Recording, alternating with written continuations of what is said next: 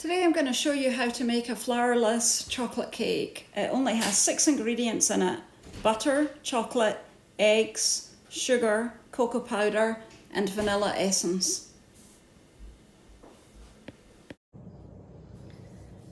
So here we go. So what we're going to do here is we have 5 eggs and we're going to pop them into the stand mixer, along with 100 grams of castor sugar. Now you'll probably see that this castor sugar is golden, and this is because I tend to use unrefined castor sugar, but normal white castor sugar is fine. And in that goes. And I'm going to whisk the eggs and the sugar until they're really thick and foamy. And whilst they're whisking, I'm going to add the butter and roughly chopped chocolate into a pot. Now I'm going to pop this on the induction just to melt down very slowly. You can use a double boiler, so if you just put some water in this pot and then put a large bowl, metal bowl or glass bowl, heat proof, on top, and then pop that on the cooker and slowly let it melt away. The other thing that you can also do is you can pop the butter and the chocolate in a heat-proof bowl and into the microwave and just zap it for maybe 25 to 30 seconds at a time until it is all melted in. So here I go on whisking.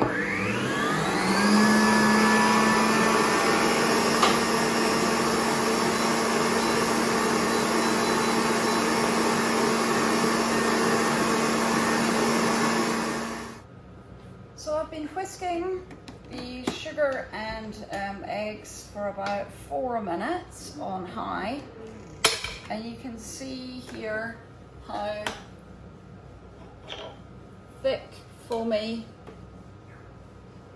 and glossy they are. And if I just tip this over for you, they have tripled, quadrupled even more in volume. So pop that back on.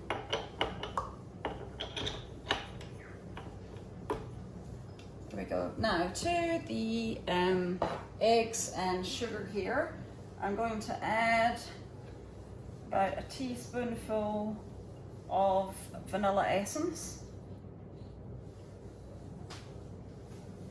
And this is actually it's actually vanilla extract as opposed to vanilla essence. I tend to find that it is better to use extract if you can. And then I'm going to add some cocoa powder to this mix as well, and I'm going to just blend in a little bit of castor sugar into that cocoa powder, and then that'll stop it from going lumpy when it mixes in. So in that goes. Just make sure my bowl's back in properly, and I'm just going to whisk this up for another moment or two.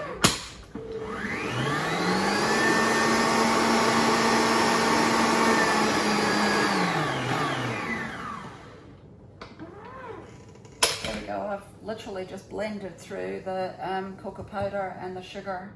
Now what I'm going to do now is, with the motor running, I'm just going to add the melted butter and chocolate.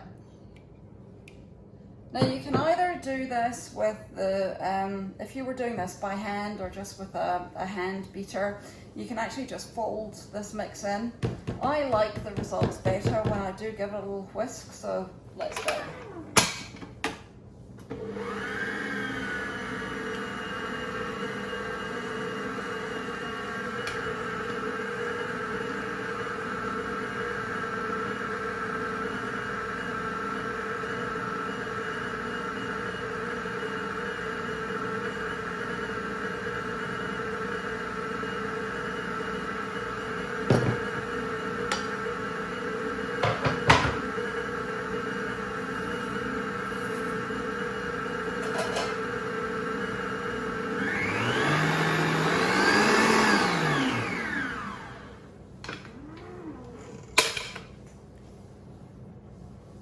So there we are. I'm just going to take the bowl out now. Put that there for a second.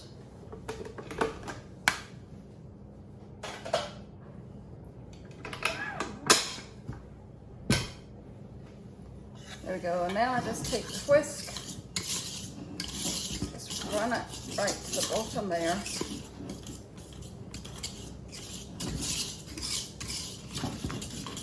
That's all mixed through. Give that a jolly good shake.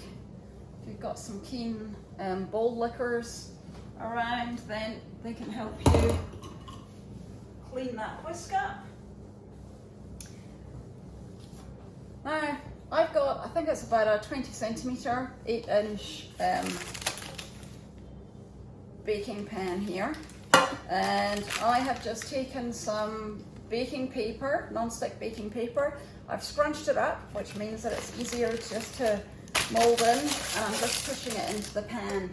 Now you can use any kind of pan you like. You can use a rectangular, small rectangular pan. I'll show you the ones that I quite often use. So I quite often use something just this size, and again line it with baking paper.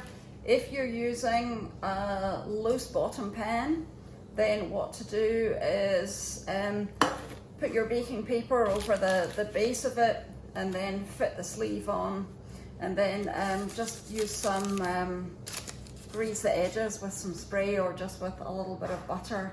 I find it just as easy to do this. All right, so I'm going to pour the chocolate mix in.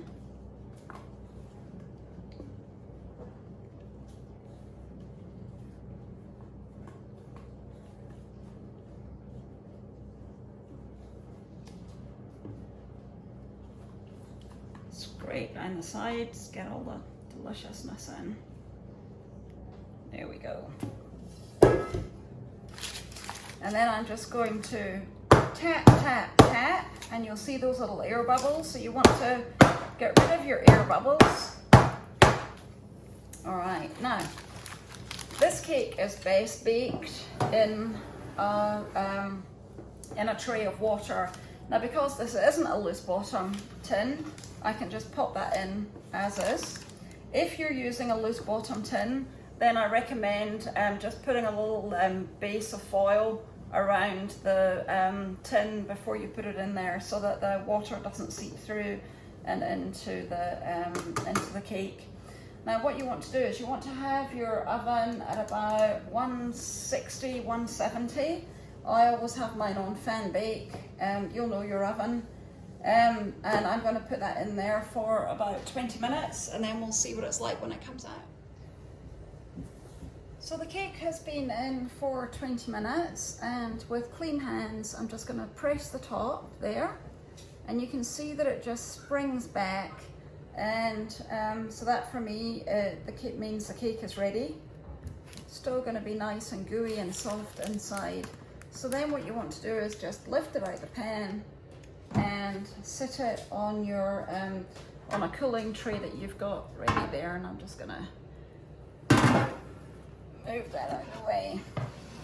Now the temptation here is just to dig right in and take the cake out. I can highly recommend that you should leave the cake to cool completely before you do mess around with it. What you can do when the cake is cold is you'll just pick it up like that and tip it over and peel the baking paper off of it, and then you can dust it with some cocoa powder. You can grate some chocolate on top of it, serve it with yogurt or with cream, and that's as easy as. So 6 ingredients, 20 minutes in the oven, and happy Easter everyone.